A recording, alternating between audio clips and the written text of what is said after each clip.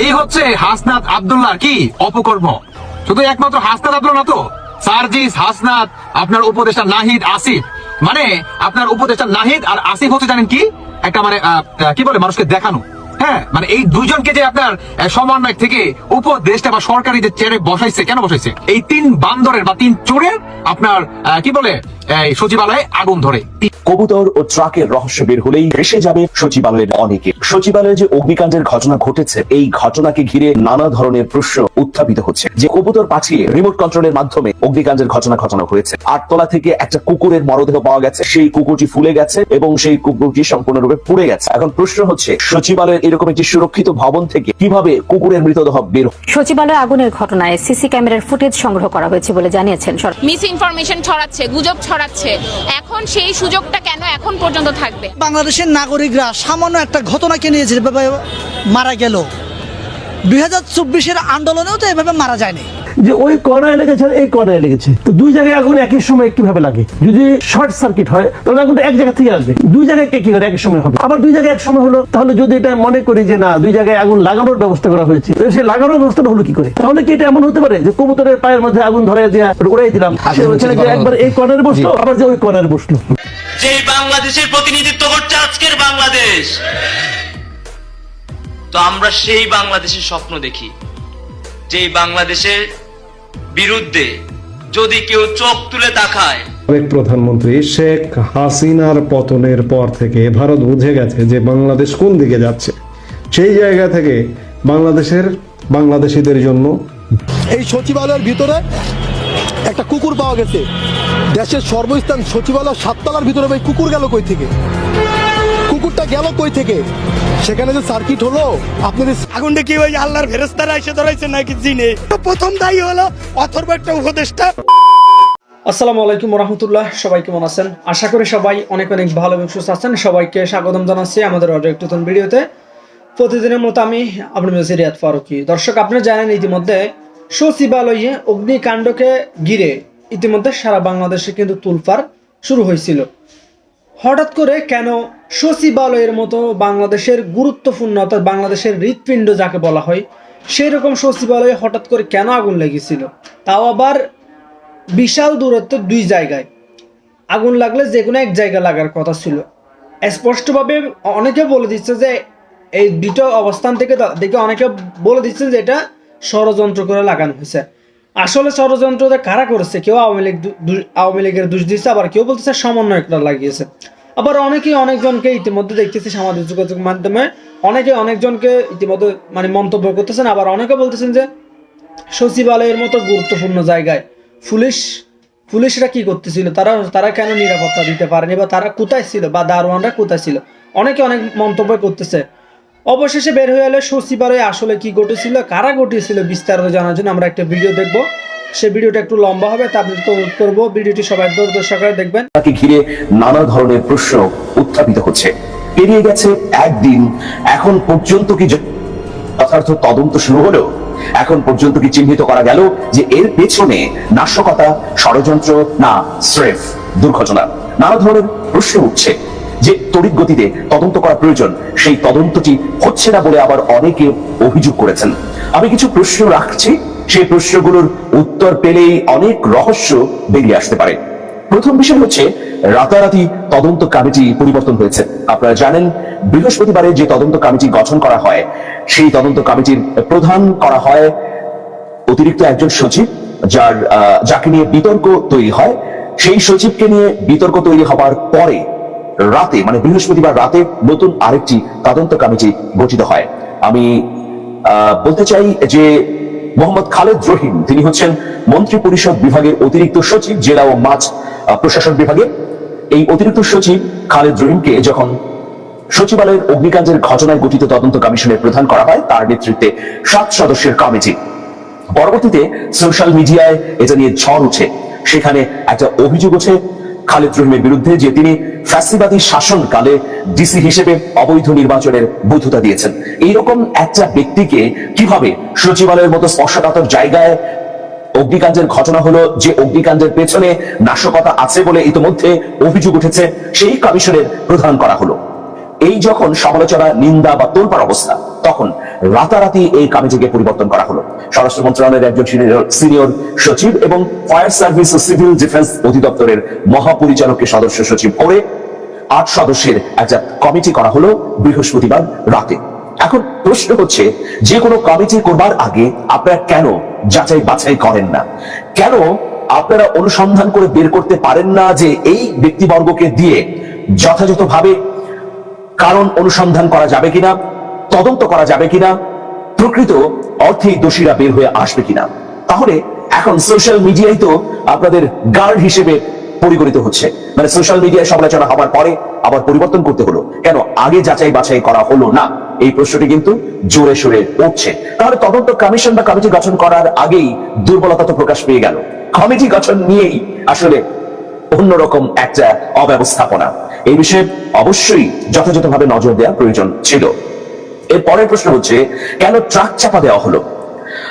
আপনারা জানেন যে যখন আগুনটি লাগে তার 2 ঘন্টারও বেশি সময় পরে এই আগুন নেভানোর জন্য ফায়ার সার্ভিসের কর্মীরা সেখানে যান, 2 থেকে 2.5টার মধ্যে। অথচ সচিবালয়ের পাশেই ফায়ার সার্ভিসের একটা দপ্তর আছে। যাই হোক, এত দীর্ঘ সময় পরে সচিবালয়ে গিয়ে আগুন নেভানোর উদ্যোগ নেওয়া হলো, কিন্তু সচিবালয়ের সামনের রাস্তাটি বন্ধ করা হলো না। ঢাকা শহরে এমন কি কোথাও দেখাতে পারবেন যে বড় ধরনের অগ্নিকাণ্ডের পর সেই রাস্তা বন্ধ করা হয়নি? তাহলে কেন সচিবালয়ের সামনের রাস্তা ব্লক করে দেওয়া হলো না? সচিবালয়ে আগুন লেগেছে, এটা তো একটা ভয়াবহ ঘটনা। সেই আগুন নির্বাপনের জন্য ফায়ার সার্ভিস গিয়েছে, ফায়ার ফাইটাররা কাজ করবেন, অবশ্যই রাস্তা তো বন্ধ করতে হবে। এখন ফায়ার ফাইটাররা বা ফায়ার সার্ভিসের পক্ষ থেকে এটা বলা হতে পারে যে এই দায়িত্ব তো আমার ছিল না। তাহলে প্রশ্ন হচ্ছে, ফায়ার সার্ভিসের যদি এই দায়িত্বটি নাও থাকে, ওই সময় সচিবালয়ে আইন শৃঙ্খলা রক্ষাকারী বাহিনীর দায়িত্বে কারা ছিলেন? তারা কেন এই অবহেলাটি করলেন? এখন এই অবহেলার সুতো ধরে আমরা যদি বলি, ইতিমধ্যে ট্রাক ড্রাইভার সুমন এবং হেল্পার ফরহাদকে গ্রেফতার করা হয়েছে। সোহানুজ্জামান নয়ন নিহতের ঘটনাটি অত্যন্ত মর্মান্তিক। তিনি আসলে পানির পাইপ টানার জন্য রাস্তা পার হচ্ছিলেন, এই সময় ট্রাক চাপা দিয়ে তাকে হত্যা করে। এই যে ট্রাক চাপা দিল, এর পেছনের ঘটনা কি? ড্রাইভার সুমন এবং হেল্পার ফরহাদকে রিমান্ডে নিলেই পূর্ণ ঘটনা বেরিয়ে আসতে পারে যে এর মধ্যে কোনো স্যাবোটেজ বা ষড়যন্ত্র আছে কিনা। কিন্তু দুঃখের বিষয় হচ্ছে যে তাদেরকে কেবলমাত্র কারাগারে আটক করা হয়েছে, কারাগারে পাঠানো হয়েছে, এখন পর্যন্ত রিমান্ডে নেওয়া হয়নি। প্রিয় দর্শক, দেখুন, রিমান্ডে না নিয়ে তাদেরকে কারাগারে পাঠিয়ে দিয়ে বলা হয়েছে যে এই তদন্ত শেষ না হওয়া পর্যন্ত তাদেরকে ছাড়া যাবে না। কিন্তু প্রশ্ন হলো, তাদেরকে তো রিমান্ডে নিয়ে তথ্য বের করা প্রয়োজন, সেই কাজটিও হয়নি। এরপরে আমরা আসতে চাই যে ফায়ার সার্ভিসের মহাপরিচালক brigadier general Zahid Kamal BD news 24.com কে বলেছেন যে অগ্নিকাণ্ডে ক্ষতিগ্রস্ত ভবনে আমরা বেশ কিছু মৃত কবুতরও দেখেছি, যেগুলো ওখানে থাকতো। তদন্ত শেষ হবার আগেই তিনি তদন্ত কমিশনের সদস্য সচিব কিভাবে বললেন যে বেশ কিছু মৃত? এই হচ্ছে হাসনাত আব্দুল্লাহর কি অপকর্ম। শুধু একমাত্র হাসনাত আব্দুল্লাহ না তো, সার্জিস, হাসনাত, আপনার উপদেষ্টা নাহিদ, আসিফ, মানে আপনার উপদেষ্টা নাহিদ আর আসিফ হচ্ছে জানেন কি একটা মানে কি বলে মানুষকে দেখানো। হ্যাঁ, মানে এই দুইজনকে যে আপনার সমন্বয় থেকে উপদেষ্টা বা সরকারি যে চেয়ারে বসাইছে, কেন বসাইছে? অর্থটা তো আনতে হবে স্মুথ ভাবে। তো অর্থটা কি আপনার হাসনাত আর হচ্ছে সার্জিসের বা আরো আদার্স যে বাজার আছে এদের পকেটে তো স্মুথ ভাবে টাকা তো আসতে হবে। তো আসতে হলে কি করতে হবে?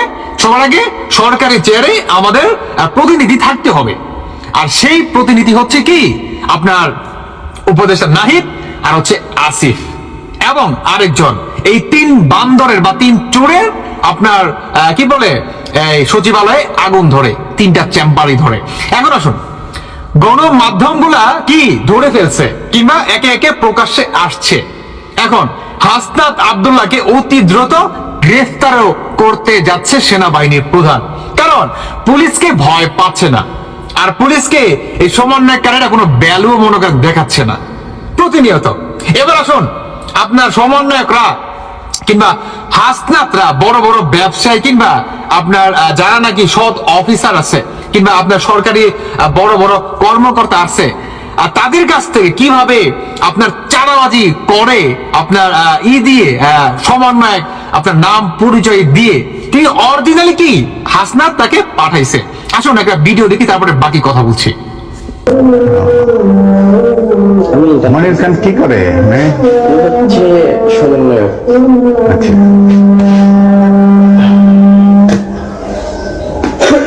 তারপর নাম্বার নিছেন না স্টাফের কাছ থেকে? আমার একজন স্টাফের কাছ থেকে নাম্বার নিছেন তো? জি জি জি, নাম্বার নিছেন একজনের কাছ থেকে, আমার নাম্বার নিছেন, নাম্বার নিয়ে ওই সময় একটু দিছেন? জি, আমার কাছ থেকে চাইছে, আমি দিয়েছি। আমি একটা এলাকার ছেলে আমাকে যখন ফোন দিছে পরিচিত, আমি তখন প্রথম আমি কিছু জানি না, সে আপনাকে পাঠাইছে এবং সে 3 লাখ টাকা দাবি করছে, সেটা আপনি বলছেন তো? জি জি, আমার কাছে বলছেন তো?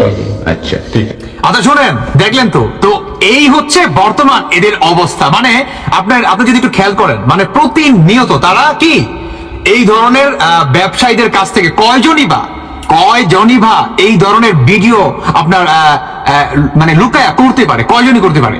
না জানি বাংলাদেশের বর্তমান কি অবস্থা, আনাচে কানাচে বর্তমান বাংলাদেশের প্রতিটি ব্যবসায়ীদের কাছ থেকে তারা মনে করে এইভাবে চালাবাজি করতে। শুধু তাই না, আপনার এই যে সময় টিভি আছে, সময় টিভি কিন্তু 10 জন কিন্তু লিস্ট ধরাই দিছে, হাসনাত আর হচ্ছে সার্জিস। কি সময় টিভি কি তাদের বাপ হয়ে কিন্তু ঠিকই আপনার উপযুক্ত শিক্ষা দিছে, এবং যখন নাকি আন্তর্জাতিক মাধ্যম থেকে আপনার ডক্টর ইউনূসের উপর চাপ আসে এবং হাসনাতের উপর চাপ আসে, তখন হাসনাত ঠিক আপনার গিরগিটির মতো কি কান্নাকাটি করে হাত পা ধরা শুরু করে সময় টিপে।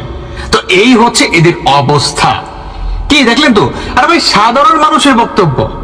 আর এখন আপনি কি বলবেন? আরেকজনে তো বললো যে ভাই আপনি মাইকটা সরাবেন না, এই বইরা বাম দিয়ে যারা নাকি কাশি দিতে গেলে বর্তমান মনে আপনার কি বলে প্যান্ট খারাপ করে ফেলায়, এরা জীবনে ভাই দেশ চালাতে পারবে? হ্যাঁ, এদের দিয়ে কখনো ভাই দেশ কি চলবে? চলবে না ভাই, কারণ এরা দেশ চালাতে পারবে না, আপনি মানেন কিংবা না মানেন। এই সার্জিস হাসনাত এরা কোটি কোটি টাকা পাচার করতেছে, কোটি কোটি টাকা। আরে শুনে একটা কথা বলি, এদেরকে কখনোই বাংলাদেশের এয়ারপোর্ট দিয়ে কিংবা ইন্ডিয়ার বর্ডার দিয়ে এদের পালানো বা পালাইতে দেওয়া যাবে না, এটা মাথায় রেখে। প্রথমত হচ্ছে আপনার জুলাই মাসে এবং আগস্ট মাসে যেই পরিমাণ পুলিশ গণহত্যা কিংবা আপনার মেট্রো রেল পড়েছে, বাংলাদেশের বড় বড় ব্যবসা প্রতিষ্ঠান বা সরকারি অনেক আসবাবপত্র বা দামি দামি জিনিসগুলো যে এত যে পুরাই দিছে বা ক্ষয়ক্ষতি করছে, এগুলোর হিসাব নিতে হবে।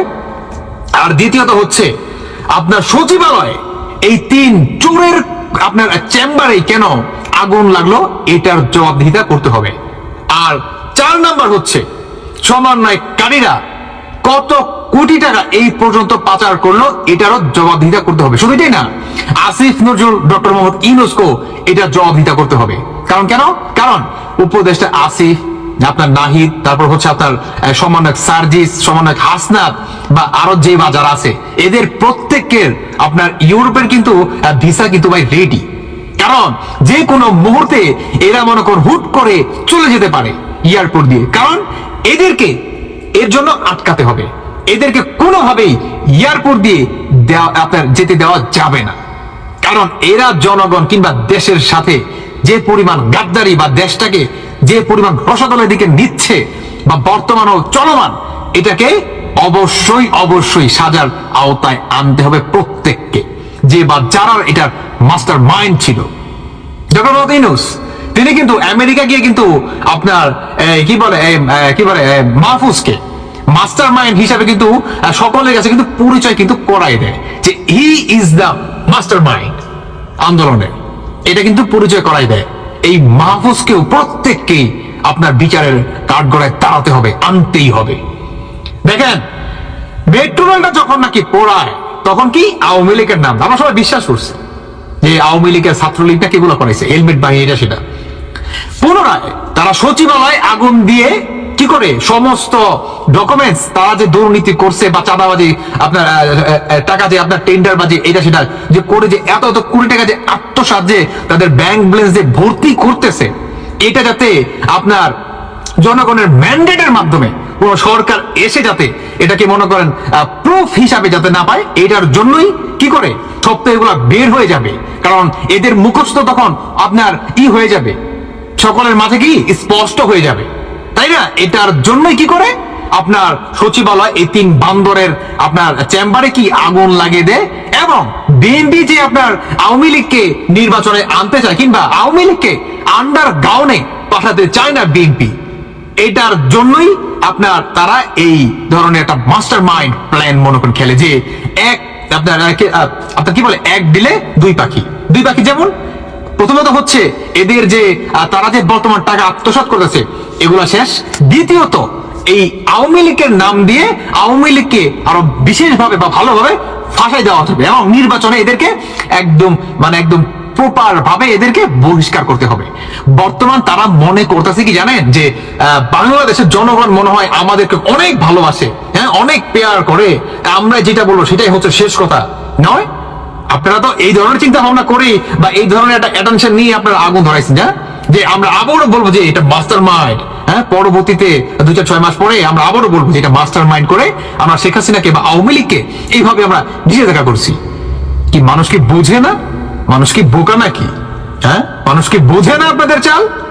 প্রত্যেকের বিচার হবে। এখন দেখার বিষয়, শুনছি যতটুকু শুনলাম যে সেনাবাহিনী এটা তদন্ত করতেছে এবং সেনাবাহিনী সার্জিস হাসনাতকে বর্তমান অবজারভেশনে রাখছে, তাদেরকে জিজ্ঞাসাবাদ করতেছে। যদি আপনার ডকুমেন্টস এবং সবকিছু তথ্য মিলে যায় বা প্রুফ পেয়ে যায়, মানে যদি আপনার লিগেল ওয়েতে করে, সেনাবাহিনী যদি আপনার কোনো পক্ষটা না নেয়, যদি সেনাবাহিনী যদি আপনার ডক্টর মোহাম্মদ ইউনূস সরকারের জন্য সামনের বছরটা 2025 সাল রাজনৈতিক বিশ্লেষকরা বলছেন খুবই খারাপ হবে। কেননা এই বিএনপি অলরেডি যে ধরনের বক্তব্য দিচ্ছেন সেই বক্তব্যগুলো থেকে একটা জিনিস স্পষ্ট, বিএনপির একজন প্রভাবশালী নেতা জিল্লুর রহমান সাহেবের একটা প্রোগ্রামে আতাউর রহমান খান ঢালি ভাই তিনি বলছিলেন যে বিএনপি যদি মাঠে নামে 1 ঘন্টার মধ্যে এই সরকার ফালাই দিতে পারবে তারা। এখন আসলে এটা কতটুকু ফালাইতে পারবে না পারবে সেটা সময় বলে দিবে, বাট পরিস্থিতি কিন্তু বলছে বিএনপি আসলে মাঠে নামলে সরকার বিপাকে পড়বে। এখন কেন এই কথাগুলো আসছে, যে ডক্টর মোহাম্মদ ইউনূসের সরকার যদি 2025-এর মধ্যে ডিসেম্বরের মধ্যে নির্বাচন না দেয়, তাহলে এই সরকারের পতন ঘটানো হইতে পারে বিএনপি বা অন্যান্য রাজনৈতিক দলগুলো। আর আওয়ামী লীগ তো কি পরিমাণ ভূমিকা রাখবে বিএনপির কাঁধে কাঁধ মিলে আপনার বুঝতে হবে। কারণ অলরেডি সচিবালয়ের জয় চেষ্টা করেছিলেন, তারেক রহমানের প্রতি পজিটিভ একটা বার্তা পাঠাইছিলেন, আবার হাসান মাহমুদ তিনিও জনাব তারেক রহমান সম্মান দিয়া মোটামুটি চেষ্টা করতেছিল যে দিন শেষে বিএনপি শেষ একটা আশ্রয়স্থল হিসাবে আওয়ামী লীগ মনে করছে। তবে বিএনপি তাদের রাজনৈতিক স্বার্থে এই ইউনূস সরকারকে হটানোর জন্য এখন অনেক ইস্যুতে যেগুলোতে আওয়ামী লীগের স্বার্থ কানেক্টেড তারা কিন্তু চুপচাপ। তবে এরকম কোন পরিস্থিতি হলে ইউনূস সরকার কতক্ষণ টিকবেন এটা অনেকেই বলছেন যে বিএনপির পাওয়ার বেশি, আবার কেউ বলছেন জাতীয় নাগরিক কমিটি, বৈষম্য বিরোধী ছাত্র আন্দোলন, এদের সামনে আবার বিএনপি টিকবে না। কারণ এরা বলতেছে যে 15 বছরের সরকার 15 দিনে ফালাই দিছি, তোমরা আর কারা, আমরা কারা, তোমরা কারা বক্তব্য আছে। এর মধ্যে গতকালকে আপনার মির্জা ফখরুল ইসলাম সাহেবের এই বক্তব্য আগুনের মধ্যে আরেকটু ঘি ঢেলে দিয়েছে। তিনি বলছেন যে সংস্কারের জন্য নির্বাচন বন্ধ হয়ে থাকতে পারে না। সমন্বয়করা বলছেন, সরকার বলছেন সংস্কারবিহীন নির্বাচনবিহীন সংস্কার এটা তো ভাই কোনো কাজে দিবে না। বাট বিএনপি বলতেছে না, সংস্কারের কারণে একটা অনির্বাচিত সরকারের হাতে দিনের পর দিন তো আমরা দেশ চালাইতে দিতে পারি না। এই সরকার কি কারো ম্যান্ডেট আনছে? ম্যান্ডেট আনে নাই। একটা জরুরি অবস্থার সরকার জরুরি সময়ের জন্য থাকবে।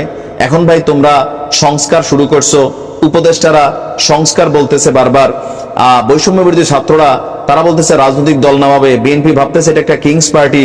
সো এই পরিস্থিতিতে এই সরকার দীর্ঘদিন বসে থাকলে এটা বিএনপির জন্য হেডেক। নতুন অনেক কিছু ঘটতে পারে। তারা আবার কেউ মনে করছে আওয়ামী লীগকে পুনর্বাসিত করতে পারে এই সরকার। অনেক রকমের ষড়যন্ত্র টেনশন কিন্তু বিএনপি ফিল করছে, যার কারণে তারা বলছে যে তোমরা তো একটা অনির্বাচিত সরকার, তো তোমাদের হাতে তো ভাই দিনের পর দিন দেশ চালাইতে দিতে পারি না। আবার অপরদিকে উপদেষ্টারা বলছেন এই যে সরকার আমরা গঠিত করছি এইটাই ম্যান্ডেট জনগণকে যে আমাদেরকে ক্ষমতায় বসাইছে। আচ্ছা, এখন প্রেস ক্লাবে মির্জা ফখরুল ইসলামের বক্তব্য হচ্ছে 24-এর ছাত্র জনতার অভ্যুত্থানের চেতনায় সবাইকে ঐক্যবদ্ধ করে ষড়যন্ত্র প্রতিহত করা। জাতীয় গণতান্ত্রিক পার্টির একটা একাংশ তারা এটা করছে। তো তিনি বলছেন সংস্কার কোনো নতুন ধারণা নয়, আর এটা একটা চলমান প্রক্রিয়া, প্রতি মুহূর্তে সংস্কার হচ্ছে, সেই ধারা চলতে থাকবে। এই জন্য নির্বাচন বন্ধ হয়ে থাকতে পারে না, সেই পর্যন্ত আমরা একটি অনির্বাচিত সরকারের হাতে এই দেশ দিয়ে রাখতে পারি না। সেই কারণে আমরা যখন বলি নির্বাচন তাড়াতাড়ি চায়, তখন আমাদের সম্পর্কে একটা ভুল ব্যাখ্যা দেওয়া হয় এই সরকারের পক্ষ থেকে যে বিএনপি তাড়াতাড়ি নির্বাচন চাচ্ছে ক্ষমতায় যাওয়ার জন্য। ক্ষমতায় তো আমরা আগেও ছিলাম, আল্লাহ চাইলে আমরা আবারও ক্ষমতায় যাব। আমি বলতে চাই এই সংস্কার প্রক্রিয়াটা শুরু করছে জিয়াউর রহমান। একদলীয় শাসন ব্যবস্থা বাকশাল করেছিল আওয়ামী লীগ, সেখান থেকে বের হয়ে বহুদলীয় গণতন্ত্র এনেছিল। একটি নির্বাচিত সরকার এলে এই সমস্যাগুলো কমে যাবে, কারণ নির্বাচিত সরকারের শক্তি অন্য, তার পেছনে জনগণের শক্তি থাকে। সেই জন্য আমরা বারবার নির্বাচনের কথা বলছি। সংস্কার সবচেয়ে বেশি বিএনপি চায়। একই সঙ্গে অনির্বাচিত সরকারের ক্ষমতা বেশি দিন থাকা উচিত নয়। জিনিসপত্রের দাম বাড়ছে, মানুষের জীবন অতিষ্ঠ। এই সরকার আইন শৃঙ্খলা বাহিনীকে ঠিকমতো ফাংশন করাইতে পারতেছে না, জায়গায় জায়গায় নানান রকম অনিয়ম দুর্নীতি হচ্ছে, অনেক কিছু ঘটছে। তো এগুলা হচ্ছে সরকারের ব্যর্থতার একটা প্যারামিটার। তো সেখান থেকে বিএনপি বলছে যে এই এত রঙের ব্যর্থতা নিয়ে আপনারা তো ভাই ক্ষমতায় বসে থাকার সুযোগ নেই, ক্ষমতা ছেড়ে দেন, তাড়াতাড়ি নির্বাচন দেন। তো বিশ্লেষকদের বক্তব্য এই বছর অক্টোবরের মধ্যে নির্বাচন হতে পারে, কারণ বিএনপি ফেব্রুয়ারি বা মার্চ থেকে তারা কিন্তু হার্ড লাইনে নামবে, হার্ড লাইনে রাজপথে নামবে। আর নামলে বিএনপি যদি শক্তিমত্তা দেখাইতে পারে, সেটার বিরুদ্ধে জাতীয় নাগরিক কমিটি বা বৈষম্য বিরোধীরা যদি আপনার ওই রকম প্রটেস্ট করে মাঠে থাকতে না পারে, তাহলে এই সরকার অবশ্যই নির্বাচন দিয়ে দিবে। আর পরিস্থিতি আবার ভিন্ন হইতে পারে। চুরি, লুটপাট, দুর্নীতির বিরুদ্ধে তদন্ত শুরু করলো, তখনই সচিবালয়ে ঘাপটি মেরে থাকা হাসিনার দালালেরা বিভিন্ন অপকর্মের ফাইলগুলোকে আগুনে পুড়িয়ে দিল। একথা নিশ্চিত করে বলা যায়, আমলারা ছাড়া সচিবালয়কে আগুন দেয়নি। আগুনের ঘটনায় ফেঁসে যেতে পারেন এমন 8 জন প্রভাবশালী এলিট শ্রেণীর আমলাদের নিয়ে আলোচনা করব আমাদের আজকের ভিডিওতে, যারা ছিলেন হাসিনার আপন ছেলের চেয়েও বিশ্বস্ত। চলুন একে একে দেখে নেওয়া যাক ফেঁসে যাচ্ছেন কারা এই 8 আমলা। নাম্বার 1, মোহাম্মদ মুসলিম চৌধুরী। সচিবালয়ে আগুন লেগেছে, পুড়ে গেছে আর্থিক প্রতিষ্ঠান বিভাগ দপ্তর, আর এই দপ্তরের সাথে যুক্ত ছিলেন মোহাম্মদ মুসলিম চৌধুরী। জানলে অবাক হবেন, অন্তর্বর্তীকালীন সরকারও অবসরে যাওয়া মুসলিমকে পদায়ন করে নতুন করে নিয়োগ দিয়েছে। মোহাম্মদ মুসলিম চৌধুরী সাবেক অর্থ সচিব এবং সরকারের সাবেক প্রধান হিসাব নিরীক্ষক ও নিয়ন্ত্রক অর্থাৎ সিএজি ছিলেন। নভেম্বরে তাকে রাষ্ট্রায়ত্ত সোনালী ব্যাংকের চেয়ারম্যান পদে 3 বছরের জন্য চুক্তিতে নিয়োগ দেওয়া হয়েছে। মুসলিম চৌধুরী অর্থ বিভাগের সচিব থাকাকালে রিজার্ভ চুরি হয়। এছাড়া সিএজি হিসেবে দায়িত্ব পালন করায় তার স্বাক্ষর ছাড়া সরকারের কোনো ধরনের তহবিল ছাড় করা সম্ভব ছিল না। অর্থাৎ শেখ হাসিনা সরকারের দুর্নীতির দায় তিনি এড়াতে পারেন না। এছাড়া সরকারি বেসরকারি অংশীদারিত্বে চট্টগ্রাম বন্দর পরিচালনার দায়িত্ব বিদেশিদের হাতে তুলে দেওয়ার উদ্যোগ নেন এবং সার্বজনীন পেনশন স্কিমও তার ব্রেইন চাইল্ড বলা হয়। তার মানে এখন নিশ্চিত বুঝতে পেরেছেন কেন আর্থিক প্রতিষ্ঠান বিভাগ দপ্তরে আগুন লেগেছে। নাম্বার 2, হেলাল উদ্দিন আহমদ। আগুনকাণ্ডের ঘটনায় নিশ্চিত ফেঁসে যাবে হেলাল উদ্দিন আহমদ, কারণ আগুনে পুড়ে যাওয়া পল্লী উন্নয়ন ও সমবায় মন্ত্রণালয় ও এর স্থানীয় সরকার বিভাগের দায়িত্বে ছিলেন হেলাল উদ্দিন আহমদ। সচিবালয়ে থাকা তার আমলনামা নষ্ট করতে এই আমলা জড়িত থাকতে পারেন, কারণ এই হেলাল উদ্দিন আহমদ ছিলেন হাসিনা সরকারের ভোট কারচুপির আরেকজন যোদ্ধা। ইসি সচিব হিসাবে শেখ হাসিনার আস্থার প্রতিদান হিসেবে বিভিন্ন নির্বাচনে কারচুপির অন্যতম হোতা ছিলেন তিনি। এ দায়িত্ব সফলভাবে পালন করার পুরস্কার স্বরূপ 2020 সালে তাকে সিনিয়র সচিব করা হয়। 2022 সালে অবসরের পর তাকে সরকারি কর্ম কমিশন বা পিএসসিতে 5 বছরের জন্য সদস্য হিসেবে নিয়োগ দেওয়া হয়। বর্তমানে তিনি ওই পদে বহাল আছেন। ভালো করে খতিয়ে দেখলে ফেঁসে যেতে পারেন হেলাল উদ্দিন। নাম্বার 3, আহমদ কায়কাউস। সচিবালয়ে আগুন লাগার পেছনে কারণ খুঁজতে গঠিত কমিটিতে নিশ্চিতভাবে আহমদ কায়কাউসের নাম আসবে, কারণ আহমদ কায়কাউস ছিলেন শেখ হাসিনার বিশ্বস্ত আমলা। তিনি বিদ্যুৎ বিভাগের সচিব হিসেবে লম্বা সময় দায়িত্ব পালন করেন। দরপত্র ছাড়া অর্ধশতাধিক বিদ্যুৎ কেন্দ্রের লাইসেন্স দেওয়া এবং এসব লাইসেন্স দেওয়ার ক্ষেত্রে দুর্নীতির অন্যতম হোতা ছিলেন তিনি। বিদ্যুৎ প্রতিমন্ত্রী নসরুল হামিদের বিশ্বস্ত এ সহচরকে আদানির সঙ্গে বিদ্যুৎ চুক্তির মাস্টার মাইন্ডও বলা হয়। পরে প্রধানমন্ত্রীর মুখ্য সচিব হিসাবে পদোন্নতি পেলেও বিদ্যুৎ বিভাগের উপর তার প্রত্যক্ষ নিয়ন্ত্রণ ছিল। বাংলাদেশের সরকারি পাসপোর্ট ছাড়াও যুক্তরাষ্ট্রের পাসপোর্টধারী এ আমলা সর্বশেষ বিশ্ব ব্যাংকের বাংলাদেশের বিকল্প নির্বাহী পরিচালক হিসাবে দায়িত্ব পালন করেন। যুক্তরাষ্ট্রে তার অঢেল সম্পদ রয়েছে বলে বিভিন্ন সময় অভিযোগ উঠলেও শেখ হাসিনার বিশ্বস্ত এ আমলার দুর্নীতি নিয়ে কখনোই তদন্ত হয়নি। তিনি এখনো বহাল তবিয়তে আছেন। নাম্বার 4, শহীদুল হক। ধারণা করা হচ্ছে সচিবালয়ে আগুন লাগার পেছনে শহীদুল হকের হাত থাকতে পারে, কেননা তার শত অপকর্মের আমলনামা রয়েছে সচিবালয়ে। শহীদুল হক ছিলেন শেখ হাসিনার অন্যতম বিশ্বস্ত পররাষ্ট্র সচিব। 2012 সালে তিনি পররাষ্ট্র মন্ত্রণালয়ে অতিরিক্ত পররাষ্ট্র সচিব হিসাবে দায়িত্ব পালন শুরু করেন। 2018 সালে 30 ডিসেম্বর তার চাকরির মেয়াদ শেষ হলেও সরকার তাকে একই পদে চুক্তিভিত্তিক নিয়োগ দেয়। শেখ হাসিনার এই বিশ্বস্ত এ পররাষ্ট্র সচিব দেশের স্বার্থবিরোধী অনেক চুক্তির মাস্টারমাইন্ড। ভারতের সঙ্গে সম্পাদিত ট্রান্সশিপমেন্ট চুক্তি, চট্টগ্রাম ও মোংলা বন্দর ব্যবহার, আশুগঞ্জ নৌবন্দর ব্যবহার, নামমাত্র ট্রান্সশিপমেন্ট মাসুল নির্ধারণে তার প্রত্যক্ষ ভূমিকা ছিল। অবসরের পর তিনি আওয়ামী লীগের গবেষণা cell centre for research and ইনফরমেশনের পরামর্শক পর্ষদের সদস্য হিসেবে নিয়োগ পান। এ সময় সরকারকে পররাষ্ট্র নীতি বিষয়ক বিভিন্ন পরামর্শ তিনি দিয়েছেন। নাম্বার 5, আবু হেনা মোহাম্মদ রহমাতুল মুনিম। আগুন লাগার পেছনে সঠিক কারণ উদ্ঘাটন করা গেলে ফেঁসে যাবেন আবু হেনা মোহাম্মদ রহমাতুল মুনিম। এই আমলা অন্তর্বর্তীকালীন সরকারের দায়িত্ব গ্রহণের পর যদিও অপসারিত হয়েছেন, কিন্তু সচিবালয়ে তার আমলনামা কিন্তু ছিল। এর আগে তিনি জাতীয় রাজস্ব বোর্ড এনবিআর এর চেয়ারম্যান ছিলেন। এছাড়া বিবিসির চেয়ারম্যান হিসেবেও তিনি দায়িত্ব পালন করেছেন। এনবিআর এর চেয়ারম্যান হিসেবে ডক্টর ইউনুসকে একের পর এক আয়কর মামলায় হয়রানি করেন মুনিম। এখন নিশ্চয়ই বুঝতে পেরেছেন কেন সচিবালয়ে আগুন লেগেছে।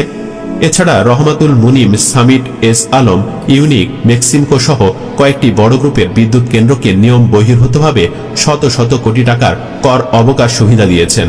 এছাড়া বড় কয়েকটি কোম্পানিকে অবৈধভাবে কর সুবিধা দেওয়া, টাকা পাচারের সহযোগিতা ও শুল্ক কর ফাঁকিতে সহযোগিতা করে শত শত কোটি টাকার দুর্নীতি করেছেন মুনিম। নাম্বার 6, মোহাম্মদ জাহাঙ্গীর আলম। মোহাম্মদ জাহাঙ্গীর আলম ছিলেন শেখ হাসিনার অন্যতম বিশ্বস্ত আমলা। নির্বাচন কমিশন সচিব হিসাবে জাতীয় নির্বাচনে কারচুপির সফল দায়িত্ব পালনের পুরস্কার স্বরূপ তাকে স্বরাষ্ট্র মন্ত্রণালয়ে জননিরাপত্তা বিভাগে পদায়ন করা হয়। সেখানে যুগ্ম সচিব ও অতিরিক্ত সচিব হিসেবে দায়িত্ব পালনের পর 2022 সালের 27 অক্টোবর সচিব করা হয়। ছাত্র জনতার আন্দোলনে সরকার পতনের পর তাকে বাধ্যতামূলক অবসরে পাঠানো হয়। ছাত্র হত্যার প্রত্যক্ষ মদদের ভিডিও ভাইরাল হলেও তাকে কোনো ধরনের শাস্তির আওতায় আনা হয়নি। তারও অনেক নথিপত্র এখন সচিবালয়ে রয়েছে। আমি নিশ্চিত মোহাম্মদ জাহাঙ্গীর আলমকে গ্রেফতার করে ডিম থেরাপি দিলে আগুন কাণ্ড সম্পর্কে গুরুত্বপূর্ণ কিছু তথ্য পাওয়া যাবে। নাম্বার 7, কবির বিন আনোয়ার। এদিকে কবির বিন আনোয়ার ছিলেন শেখ হাসিনার বিশ্বস্ত মন্ত্রী পরিষদ সচিব। বিভিন্ন সময় তার বিরুদ্ধে বিভিন্ন অভিযোগ উঠলেও শেখ হাসিনা তার বিরুদ্ধে কখনোই শাস্তিমূলক ব্যবস্থা নেননি। আওয়ামী লীগের তকমা লাগিয়ে যে কজন আমলা থেকে শত শত কোটি টাকার মালিক হয়েছেন তাদের মধ্যে কবির বিন আনোয়ার অন্যতম। দুর্নীতির মাধ্যমে অর্জিত টাকায় ঢাকা, গাজীপুর, সেন্ট মার্টিন, কক্সবাজার, সিরাজগঞ্জ সহ দেশের বিভিন্ন স্থানে সম্পদের পাহাড় গড়ে তুলেছেন তিনি।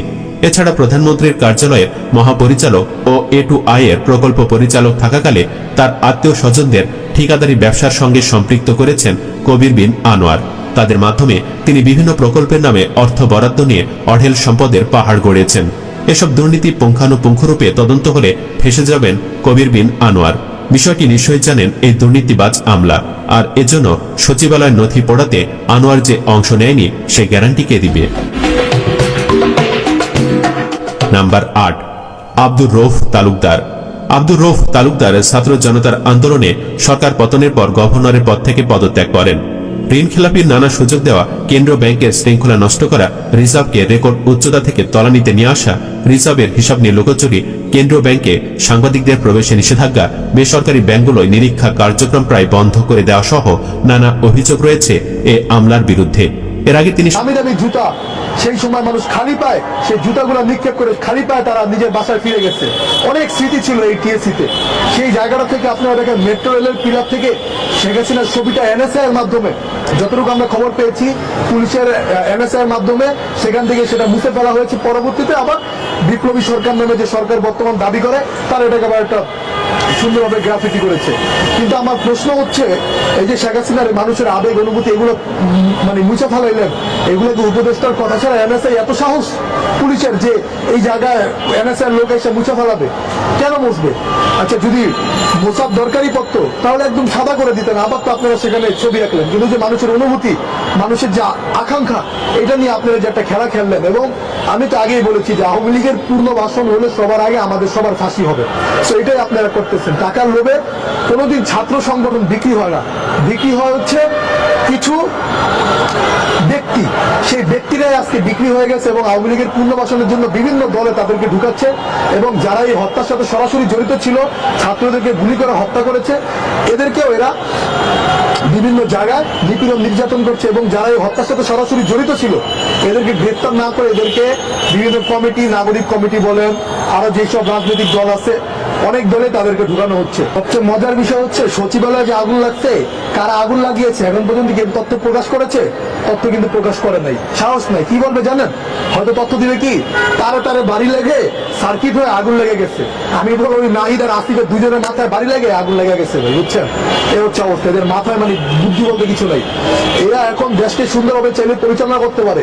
মানুষ রাষ্ট্রীয় দায়িত্ব পান, এটা আল্লাহর তরফ থেকে একটা নিয়ামত তাদের প্রতি।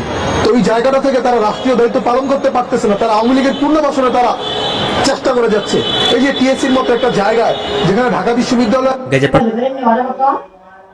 তো প্রিয় দর্শক, এই বিষয়টা নিয়ে আপনার মতামত দ্রুত কমেন্টে জানিয়ে ফেলেন আর আমাদের চ্যানেলে নতুন সাবস্ক্রাইব করে সাথে থাকবেন। ধন্যবাদ সবাইকে, আল্লাহ হাফেজ।